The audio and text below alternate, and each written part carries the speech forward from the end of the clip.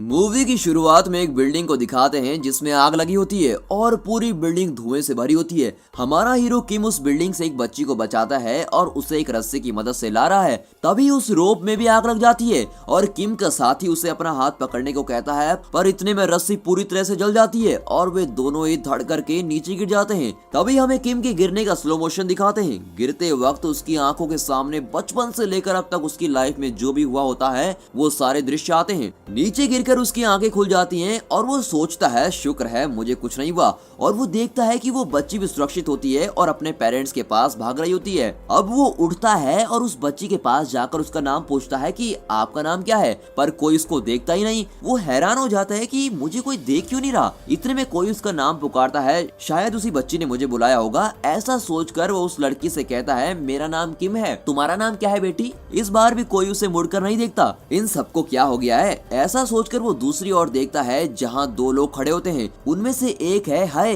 जो ऊंचे कद का आदमी है और उसने कोट पहना होता है। दूसरी ओर एक लड़की है जो दिखने में बहुत ही क्यूट है और जिसका नाम है ली, और यहाँ ली ने ही किम को पुकारा होता है। उसे देखकर किम कहता है कि वहाँ क्यों खड़े हो तुम लोग, दिखता नहीं हर जगह आग लगी है, तुम्हारे सर पर कुछ गिर गया तो। एक तरफ किम ये सब कह रहा होता है और दूसरी ओर दिखाते हैं कि किम के सारे साथी वहाँ दुर्घटना में मरे हुए अपने साथी को घेर कर मातम मना रहे हैं, और वो मरा हुआ आदमी और कोई नहीं वो किम ही होता है। ये देखकर किम चौंक जाता है, पर हे और ली ऐसे खड़े होते हैं जैसे उन्हें इन सबसे कोई फर्क ही नहीं पड़ता। तभी ली कहती है कि हम कुल मिलाकर 3 लोग हैं। मरने के बाद जब तुम परलोक पहुंचोगे तब वहाँ 49 दिन तुम पर 7 केसेस चलेंगे और उन 7 केसेस में हम तीनों तुमको बचाएंगे और तुम्हें पुनर्जीवन दिलाएंगे। ये सब हम इसलिए कर रहे हैं क्योंकि तुम एक पैरागन हो जो दूसरों की जान बचाने के लिए अपनी जान से खेलता है। ऐसी घटना 420 साल बाद अभी घटी है, तो हम हैं तुम्हारे गार्डियंस। इतने में है कहता है मैं असिस्टेंट सिक्योरिटी स्पेशलिस्ट हूँ। अपना इंट्रोडक्शन के बाद वो किम से कहता है तुम कंफ्यूज हो गए ना कि तीसरा आदमी कौन है। वो तीसरा आदमी है कैप्टन गैंगरिम।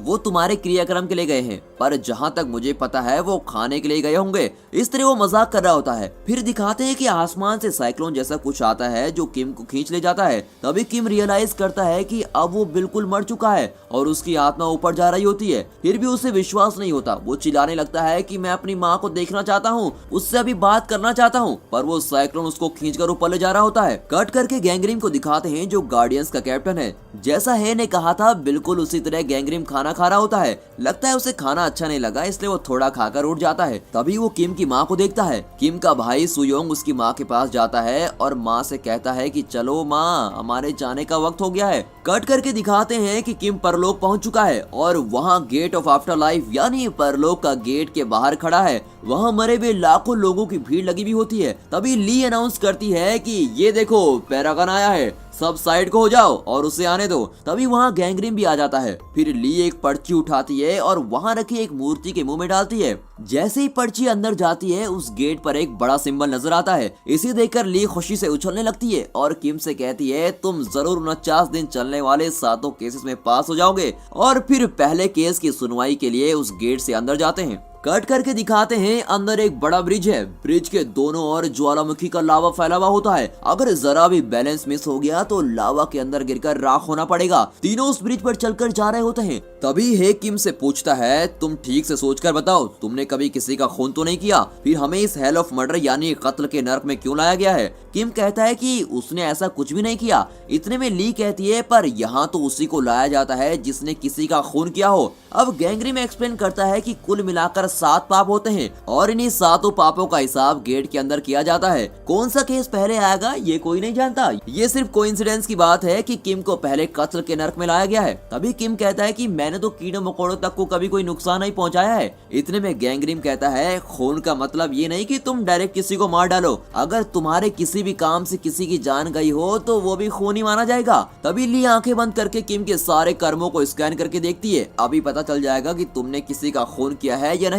कट करके हमें एक फ्लैशबैक दिखाते हैं जिसमें किम अपने साथ काम करने वाले एक आदमी को मरने से बचा नहीं पाता। इस तरह किम उस आदमी का मौत का कारण बन गया होता है। अब कट करके दिखाते हैं जहाँ किम खड़ा होता है वहाँ एक सर्कल बनता है और वो जगह अलग होने लगती है। नीचे लावा भरा हुआ होता है और उसमें कई लोग गिरकर तड़प रहे होते हैं। उनमें से कई लोग किम के पास आकर उससे मदद मांगते हैं कि प्लीज हमारी मदद कीजिए। किम के लिए मदद करना कोई नई बात तो थी नहीं और वो खुशी से उन लोगों की मदद करने की कोशिश करता है। तभी वहाँ कत्ल का देवता यानी पहला जज प्रकट होता है और किम से पूछता है तुमने इन लोगों को बचाने की जरूरत कैसे की। उसकी गरजती भी आवाज को सुनकर वो किम गिड़गिड़ाने लगता है। कत्ल के देवता के पास दो वकील भी होते हैं। उनमें से एक बूढ़ा होता है जो देवता को बताता है कि इस आदमी ने अपने साथ काम करने वाले आदमी को भी नहीं बचाया, इसी की वजह से वो ऑफिसर मर गया था। ये बेशक एक बहुत बड़ा जुर्म है माय लॉर्ड। इस तरह वो फिल्मी वकीलों जैसा डायलॉग बोल रहा होता है। अब दूसरे वकील को दिखाते हैं जो मोटा होता है और देखने में बहुत खाते पीते खानदान का लगता है। उसे कहीं पर भी सो जाने की आदत होती है। अब बूढ़ा वकील आवाज देकर उस मोटे को उठाता है। वो भी नींद से उठकर रटा हुआ डायलॉग बोलता है कि यस योर ऑनर, ये अपने साथी की मौत का कारण बना है और इसे कम से कम 50 साल की सजा तो होनी चाहिए। अब कत्ल का देवता गुस्से में आकर कहता है पता नहीं तुम वकील कैसे बन गए। वो आदमी एक पैरागॉन है जो अपनी जान पर खेलकर दूसरों की जान बचाता है और इसलिए इसे कम से कम सजा मिलनी चाहिए। क्या तुम्हें इतना भी नहीं मालूम? मोटा वकील बहुत शर्मिंदा होता है और अब 50 की जगह 5 साल की सजा के लिए रिक्वेस्ट करता है। अब किम के गार्डियंस उसके पक्ष में बोलते हैं ऑब्जेक्शन योर ऑनर। ऐसा कहकर गैंगग्रिम अपनी आर्गुमेंट शुरू करता है। तभी हमें फिर से एक फ्लैशबैक दिखाते हैं जिसमें किम का साथी ऑफिसर उससे कहता है कि तुम मेरी फिक्र छोड़ो और दूसरे लोगों को जान बचाने की कोशिश करो।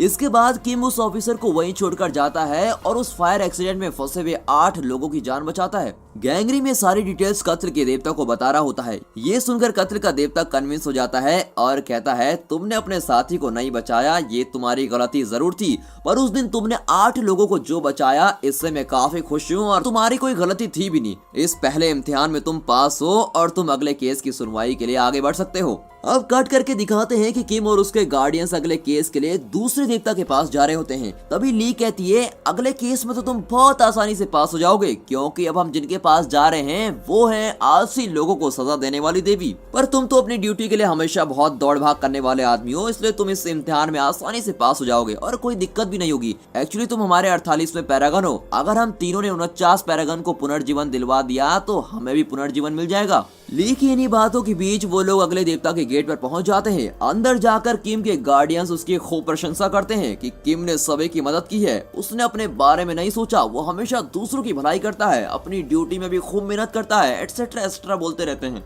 ये सारी बातें सुनकर वहाँ की देवी कहती है तुम्हें कोई सजा नहीं मिलेगी। तुम जैसा अच्छा और मेहनती आदमी मैंने आज तक नहीं देखा। तुम्हारी तो यहाँ एक मूर्ति खड़ी करनी चाहिए। देवी शायद कुछ ज्यादा इम्प्रेस हो गई होती है। फिर वो किम से पूछती है तुमने ये सब क्यों किया? अब किम तो दूध का धुला हुआ है और सच के सिवा उसको कुछ बोलना आता नहीं। वो कहता है कि मैंने ये सब पैसों के लिए किया था। बस फिर क्या? गार्डियंस की सारी मेहनत पर पानी फिर गया होता है। देवी गुस्से में आकर कहती है सिर्फ पैसों के लिए तुमने ये सब किया, तुम्हें सजा जरूर मिलेगी। ऐसा कहकर वो उस लड़की की बोट को अलग कर देती है जिस पर किम खड़ा हुआ होता है। वो अकेला उस पर बहुत दूर जा रहा होता है। वो जिस ओर जा रहा होता है वहाँ भारी पत्थरों से बनी एक मशीन चल रही होती है जिसके नीचे हजारों लोग कुचल रहे होते हैं। उसे देखकर किम बहुत घबरा जाता है। तभी गैंगग्रिम और हे उसे बचा लेते हैं और उस देवी से पूरी बात बताते हैं कि उसने ऐसा क्यों किया था। एक्चुअली किम की माँ बहुत बीमार थी। इतना ही नहीं, उसके भाई की कॉलेज फीस भी बहुत ज्यादा थी, इसलिए किम को दिन रात एक करके काम करना पड़ता था। इसलिए उसने कहा था कि वो पैसों के लिए ये सब कर रहा था। इस तरह किम के गार्डियंस उस देवी को पूरी कहानी विजुअल में दिखाते हैं। विजुअल देखकर देवी फिर से मेहरबान हो जाती है और कहती है बच्चे तुम सचमुच अच्छे इंसान हो, लो मैं तुम्हें इस एग्जाम में पास करवाती हूँ। इस तरह किम अब 2 केस में पास हो जाता है और अब अगले की ओर बढ़ते हैं। कट करके दिखाते हैं कि वे तीसरे गेट की ओर एक बोट में जा रहे होते हैं। तभी वहाँ कई मॉन्स्टर्स उन पर हमला करते हैं, पर गैंगग्रिम और उसके साथी उनसे खूब लड़ते हैं और किम को उनसे बचाते हैं। तभी गैंगग्रिम किम से कहता है कि तुम्हारे परिवार में कोई मर गया है और उसकी आत्मा धरती पर ही घूम रही है,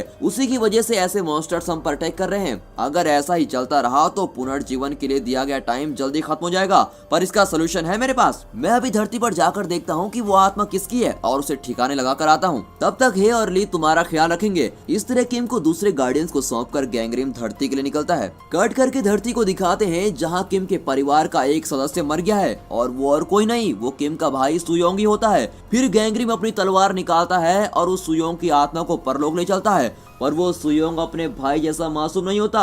उसकी आत्मा गैंगरिम को चकमा देकर भाग जाती है। गैंगरिम भी उसको छोड़ता नहीं और उस आत्मा को खूब चेज करता है। और दोस्तों ये सीन मूवी में बहुत ही खतरनाक तरीके से पिक्चराइज किया गया है। बहुत चेज करने के बाद सुयोंग की आत्मा गैंगरिम के हाथ में आ जाती है। कट करके परलोक में किम को दिखाते हैं। गार्डियंस के साथ जा रहे किम पर वो मॉन्स्टर्स फिर से हमला करने लगते हैं। गार्डियंस को अब चिंता होने लगती है क्योंकि गैंगरिम अभी लौटा नहीं होता और उन्हें अकेले ही मॉन्स्टर्स का सामना करना होता है। तभी अचानक वहाँ बहुत बड़े दो रूप दिखाई देते हैं और वो उन मॉन्स्टर्स को मारकर भगा देते हैं। वो रूप साक्षात देवताओं के देवता का होता है। उसी ने इन तीनों को बचाया होता है। उस देवता को देखकर गार्डियंस सर झुकाकर उन्हें प्रणाम करते हैं, लेकिन वो किम वैसा का वैसा ही खड़ा रहता है। पर गार्डियंस उसे भी जबरदस्ती प्रणाम करवाते हैं। इतने में देवताओं का देवता पूछता है, ये तो पैरागन है ना, फिर इस तरह के मॉन्स्टर्स इसे क्यों सता रहे हैं? तभी गार्डियंस कहते हैं कि इस सिचुएशन को ठीक करने के लिए हमारा कैप्टन धरती पर जा चुका है और जल्द से जल्द सब कुछ ठीक करके वापस लौट आएगा। तो देवता कहता है, ठीक है, काम जल्दी जल्दी हो जाना चाहिए। जो आत्मा इस तरीके से घूम रही है उसको जल्दी से ठिकाने लगवाओ। देवता की बात सुनकर किम टेंशन में आ जाता है क्योंकि उसके परिवार का सदस्य ही मरा होता है। गुस्से में वो देवताओं के देवता का शर्ट पकड़ता है और उसे डांटता है। ये देखकर गार्डियंस टेंशन में आ जाते हैं कि ये कर क्या रहा है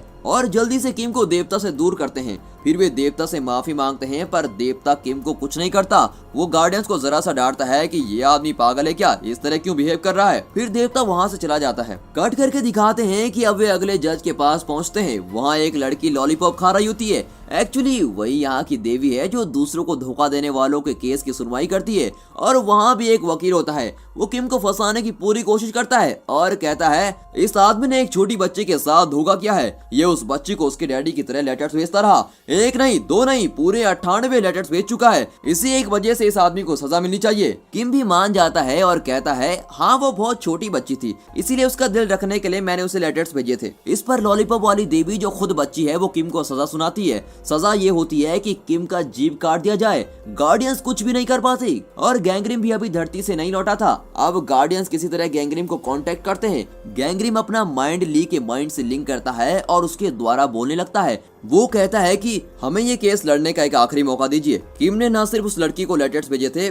बल्कि अपने खुद की माँ को भी 15 साल तक ये झूठे लेटर्स भेजता रहा। उन लेटर्स को पढ़ते पढ़ते इसकी माँ, जिसे डॉक्टर्स भी जवाब दे चुके थे, वो बिल्कुल ठीक हो गई थी और घर से दूर रहकर भी ये अपनी माँ को खुश रखने के लिए उन्हें झूठे लेटर्स लिखता रहा कि माँ मैं बहुत खुश हूँ, मेरी शादी हो चुकी है और मैं बहुत अच्छी जिंदगी जी रहा हूँ। ये सब पढ़कर इसकी माँ बहुत खुश हो गई थी। बिल्कुल इसी तरह का असर उस छोटी बच्ची पर भी था जिसको इसने लेटर्स लिखे थे। अपने पापा के मर जाने के बाद वो बहुत दुखी थी। इसके लेटर्स पढ़कर वो बहुत खुश होती थी और अपने दुख से बाहर आ गई थी। इसी तरह से गैंगरिम किम की पूरी सच्चाई बताता है। सारी सच्चाई सुनकर लॉलीपॉप देवी कहती है, किम तुम सच में बहुत भले मानुस हो, तुम्हें अभी यहाँ से पास करवाती हूँ और तुम अगले केस की तरफ बढ़ सकते हो। कट करके एक जंगल को दिखाते हैं जहाँ तीनों चल रहे हैं। तभी वहाँ गैंगरिम पहुँचता है और किम से कहता है, मैंने तुम्हारी माँ को देखा और वो बिल्कुल ठीक है, तुम्हारा भाई भी बिल्कुल ठीक है। ये सुनकर किम खुश हो जाता है कि चलो भाई शुक्र है मेरे परिवार में किसी को कुछ नहीं हुआ। तभी गैंगरिम दोनों गार्डियन से कहता है कि सुयोंग मर गया है पर ध्यान रखें कि किसी को इस बात की खबर ना हो। ऐसा कहकर वो फिर से धरती के लिए रवाना हो जाता है। कट करके दिखाते हैं कि सुयोंग के साथ क्या हुआ था। सुयोंग एक सोल्जर होता है। वो रात को एक वॉच टावर पर खड़ा उस एरिया को गार्ड कर रहा होता है। उसके साथ एक जूनियर सोल्जर भी होता है जो बहुत डरा हुआ होता है। सुयोंग उसकी हिम्मत बढ़ाता है और उसे मोटिवेट करते हुए उसे गले लगाता है, पर तभी वो जूनियर सोल्जर गलती से गन का ट्रिगर दबा देता है। सुयोंग को गोली लगती है और उसके मुंह से भी खून निकलने लगता है। इस हालत में भी वो अपने जूनियर को बचाना चाहता है और कहता है, तुम सिर्फ कर्नल को फोन कर दो, दूसरे किसी को कुछ भी मत बताना वरना तुम मुश्किल में फंस जाओगे। फिर कर्नल वहाँ पहुँचता है और सुयोंग को देखकर वो घबरा जाता है क्योंकि उसी ने दोनों को यहाँ खड़ा किया था। उसे इस बात का भी डर था कि उस पर इंक्वायरी होगी कि उसने जूनियर सोल्जर को ऐसी रिस्की जगह को गार्ड करने के लिए क्यों रखा था। इन सब बातों से बचने के लिए उस जूनियर सोल्जर के साथ मिलकर वो एक प्लान करता है कि सुयोंग को कहीं दफना देना चाहिए। कट करके किम को दिखाते हैं। अब वो तीनों अटलांटिक जैसी किसी बर्फीली जगह पर चल रहे होते हैं। तभी अचानक वहाँ स्नो स्टॉर्म होने लगता है और कई अड़चने भी आने लगती है। किम पूछता है, मेरे परिवार में तो सब ठीक है पर इस तरह की अड़चने क्यों आ रही है।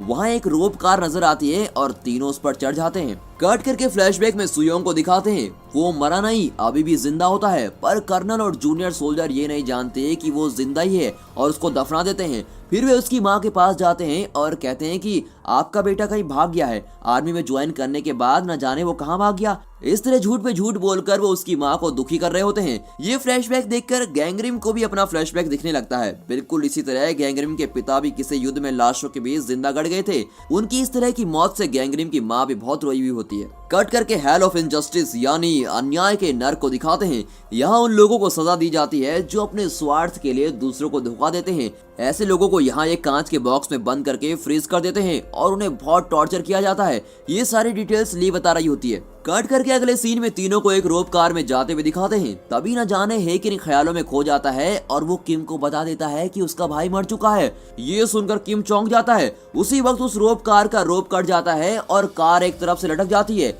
अपना किम तो फायर फाइटर है, वो बड़ी खूबी से खुद को और अपने गार्डियंस को बचा लेता है। अब वो ठान लेता है कि वो पुनर्जीवन पाकर ही रहेगा। कट करके दिखाते हैं कि अब गैंगरिम उस जगह पर खड़ा होता है जहां सुयोंग को दफनाया गया था। तभी हे आता है और पूछता है कि आप यहाँ क्या कर रहे हैं? उस आत्मा को मिटाना ही तो आपका काम है, पर यहाँ बेकार वक्त क्यों बर्बाद कर रहे हैं? उसका गुस्सा देखकर गैंगरिम भी गुस्से में आ जाता है और फिर दोनों में झगड़ा हो जाता है। गैंगरिम चिल्लाता है कि यहाँ मैं सीनियर हूँ या तुम्हें मेरे ऑर्डर्स मानने पड़ेंगे। मुझसे सवाल करने का तुम्हें कोई हक नहीं। अपना काम मैं अच्छी तरह जानता हूँ और तुम अब जाओ और अपना काम संभालो।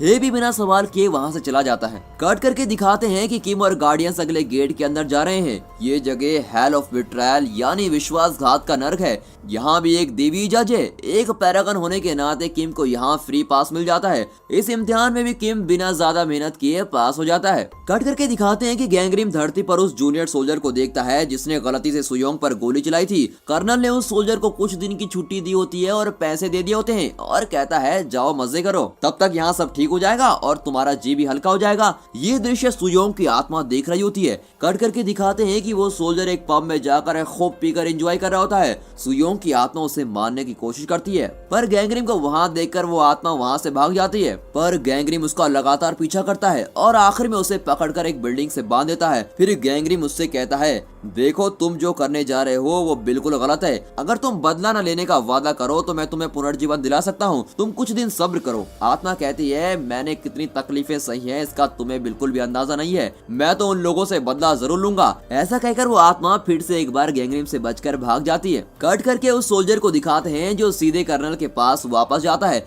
और कहता है मुझसे ये सब नहीं होगा, मैं बहुत ही गिल्टी फील कर रहा हूँ, मैं मर जाना चाहता हूँ। कर्नल उसे डांटता है तुम ये क्या बकवास कर रहे हो, ये उतना बड़ा पाप भी नहीं जितना तुम समझ रहे हो। इस तरह उसे समझाकर वहाँ से भेज देता है। ये सब कुछ सुयोंग की आत्मा देख रही होती है। कट करके किम और गार्डियंस को दिखाते हैं। गैंगरिम कह रहा होता है कि सुयोंग की आत्मा बहुत जिद्दी है। यहाँ सब कुछ ठीक चलने के लिए ये जरूरी है कि उसकी आत्मा को खत्म कर दिया जाए। ये सुनकर किम दौड़कर चला आता है और गैंगरिम के पैरों पर गिरता है कि प्लीज मेरे भाई को कुछ मत करना, उसे भी यहाँ लाकर पुनर्जीवन दिला दीजिए ना। इस तरह किम गैंगरिम से विनती करने लगता है। कट करके दिखाते हैं कि धरती पर रात हो चुकी है। तब वो जूनियर सोल्जर किम के घर जाता है और किम की माँ के सामने शराब पीने लगता है। ये देखकर किम की माँ दरवाजा बंद कर देती है। फिर वो सोल्जर एक पर्ची घर के अंदर डालकर वहाँ से भाग जाता है। किम की माँ उसे खोलती है तो उसमें एक मैप होता है जिसमें एक जगह पर एक्स मार्क होता है और एक्स मार्क वाली जगह पर सुयोंग को दफनाया गया था। कट करके दिखाते हैं कि जूनियर सोल्जर खुद को फांसी लगाने की कोशिश कर रहा होता है। ये दृश्य गैंगरिम और सुयोंग की आत्मा दोनों ही देख रहे होते हैं। तब सुयोंग उस सोल्जर के बारे में समझ जाता है और उसे यकीन हो जाता है कि इसने अनजाने में ही गोली चलाई थी और उस घटना के बाद बेचारा बहुत ही पछता रहा होता है। इसे मैं मरने नहीं दूंगा। ऐसा सोचकर सुयोंग की आत्मा गैंगरिम से उस आदमी को किसी तरह बचाने को कहती है। तब गैंगरिम उससे कहता है कि मुझसे प्रॉमिस करो कि तुम मेरी बात मानोगे तभी मैं इसे बचाऊंगा। सुयोंग की आत्मा मान जाती है। फिर गैंगरिम उस सोल्जर को बचा लेता है। कट करके दिखाते हैं कि किम को हेल ऑफ आइसलैंड आया गया है। यहाँ पत्थर के दो रूप खूब लड़ रहे होते हैं। उनमें से एक पत्थर बड़ा है और दूसरा छोटा है। बड़ा पत्थर छोटे पत्थर को खूब पीट रहा होता है। इस दृश्य का मतलब यह है कि बचपन में किम ने अपने छोटे भाई को खूब पीटा होता है। तब उसकी माँ बहुत बीमार थी। उस वक्त किम ने अपनी माँ की जान लेने की कोशिश भी की थी। सुयोंग ने उसे रोकने की कोशिश की होती है और इसी वजह से किम ने सुयोंग को खूब पीटा होता है। भाई को खूब पीटकर किम घर छोड़कर भाग गया होता है। ये सब जानने के बाद हेल ऑफ आइसलैंड का देवता कहता है इसको तो सजा जरूर मिलनी चाहिए। फिर किम को सजा के लिए तैयार किया जाता है। अब ली गैंगरिम से मदद मांगती है और गैंगरिम फिर से उसके माइंड से लिंक करता है और ली के माध्यम से बोलने लगता है। वो कहता है कि यह हमारा लास्ट गेट नहीं है, इसके आगे भी एक गेट है जिसे हमें पार करना है। इन इल्जामों का हिसाब किताब हम उस 7वें आखिरी गेट पर कर लेंगे। देवता गैंग्रीम की यह बात मान जाता है और कहता है कि अगर उस आखिरी गेट पर ये सारे इल्जाम सही साबित हुए तो किम की सजा दुगनी हो जाएगी, और यही नहीं, तुम तीनों को भी कभी पुनर्जीवन नहीं मिलेगा और तुम्हारी सारी पावर छीन ली जाएंगी। गार्डियंस कुछ देर सोचते हैं और आखिर में फिर मान ही जाते हैं। कट करके धरती पर गैंग्रीम को दिखाते हैं। वो सुयोंग की आत्मा को उसी के शरीर में जाने को कहता है। उसकी आत्मा वैसे ही करती है और सुयोंग जिंदा हो जाता है। कट करके किम की माँ को दिखाते हैं जो उस मैप को लेकर सुयोंग को ढूंढ रही होती है। वो कर्नल के पास जाती है और उसे मैप दिखाकर कहती है मेरा बेटा कहीं नहीं भागा है, वो इसी जगह पर है। इस पर कर्नल शॉक हो जाता है और वो किम की माँ को वहाँ से भगाने की कोशिश करता है। ये देखकर सुयोंग क्या चुप बैठने वाला था, वो फिर से आत्मा का रूप ले लेता है और कर्नल को साइक्लोन की तरह अटैक करने लगता है। गैंग्रीम भी उसे कंट्रोल नहीं कर पाता और हे को अपनी मदद के लिए बुलाता है। दोनों मिलकर बड़ी मुश्किल से सुयोंग को शांत करवाते हैं। कट करके दिखाते हैं कि अब किम आखिरी गेट के अंदर जा चुका है। यहाँ का जज है देवताओं का भी देवता। ये वही देवता है जिसकी शर्ट पकड़कर किम ने बुरी तरह से उसको डांटा होता है और यही आखिरी जज भी होता है और वो किम को झट से सजा सुनाने लगता है। गैंग्रीम पूछता है हे देवता, बिना सुनाए कि आप सजा कैसे सुना सकते हैं? तो देवता कहता है इसने अपनी माँ की जान लेने की कोशिश की थी। इतना ही नहीं, इसने अपनी गलती के लिए अपनी माँ से माफी भी नहीं मांगी थी।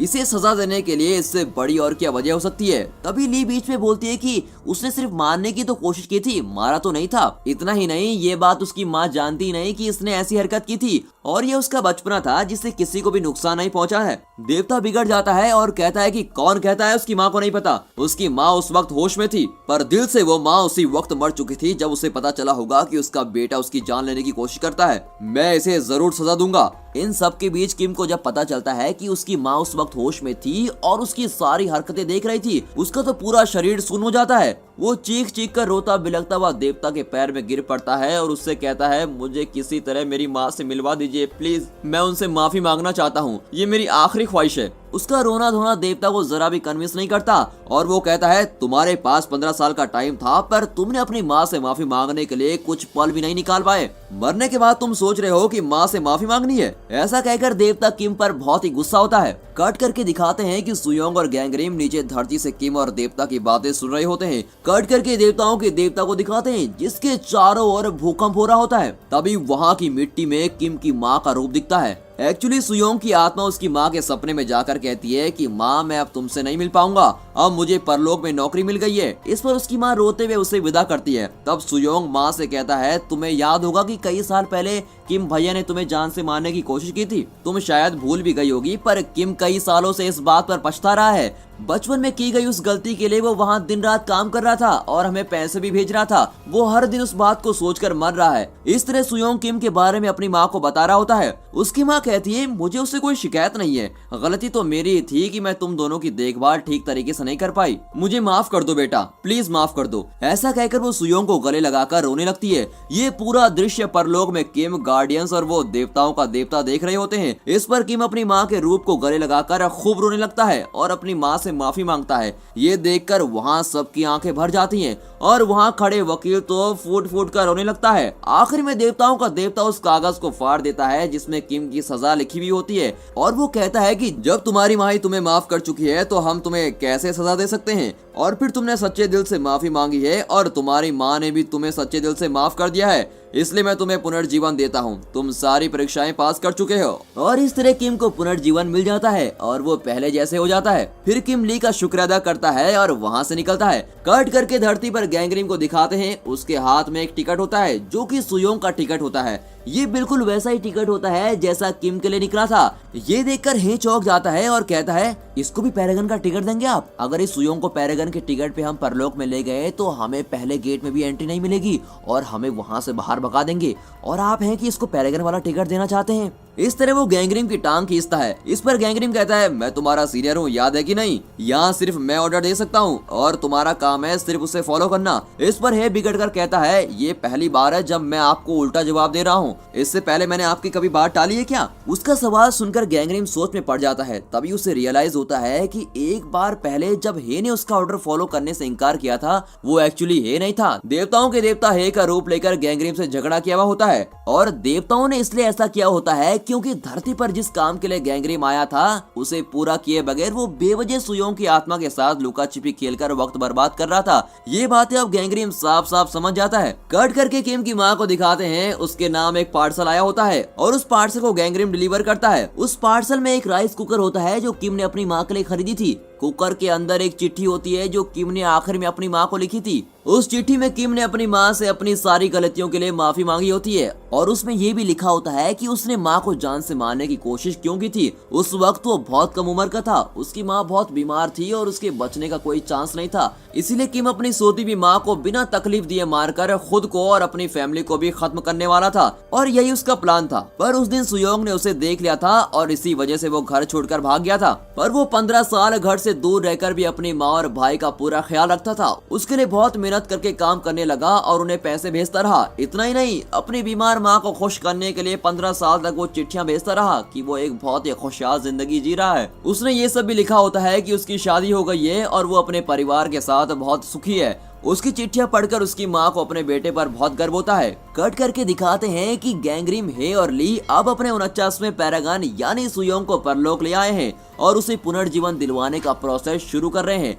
अगर इन तीनों गार्डियंस ने इस पैरागन को पुनर्जीवन दिलवा दिया तो तीनों गार्डियंस खुद भी पुनर्जीवन पाकर मुक्त हो जाएंगे। इस मैसेज के साथ ये मूवी यहाँ पर खत्म होती है। आगे चलकर क्या इन गार्डियंस ने सुयोंग को पुनर्जीवन दिलवाया और गैंगरेम का फ्लैशबैक क्या है, ली और हे का फ्लैशबैक क्या है, ये सब जानने के लिए इस मूवी का सीक्वल देखना जरूरी है। जल्दी हम इसका सीक्वल वीडियो भी लेके आने वाले हैं, इसलिए चैनल को सब्सक्राइब करना ना भूलिए। साथ ही अपने फ्रेंड सर्कल में इस वीडियो को शेयर जरूर कीजिए ताकि वे इस वीडियो और इसके सीक्वल को देखकर एंजॉय कर सकें। And finally thanks for watching.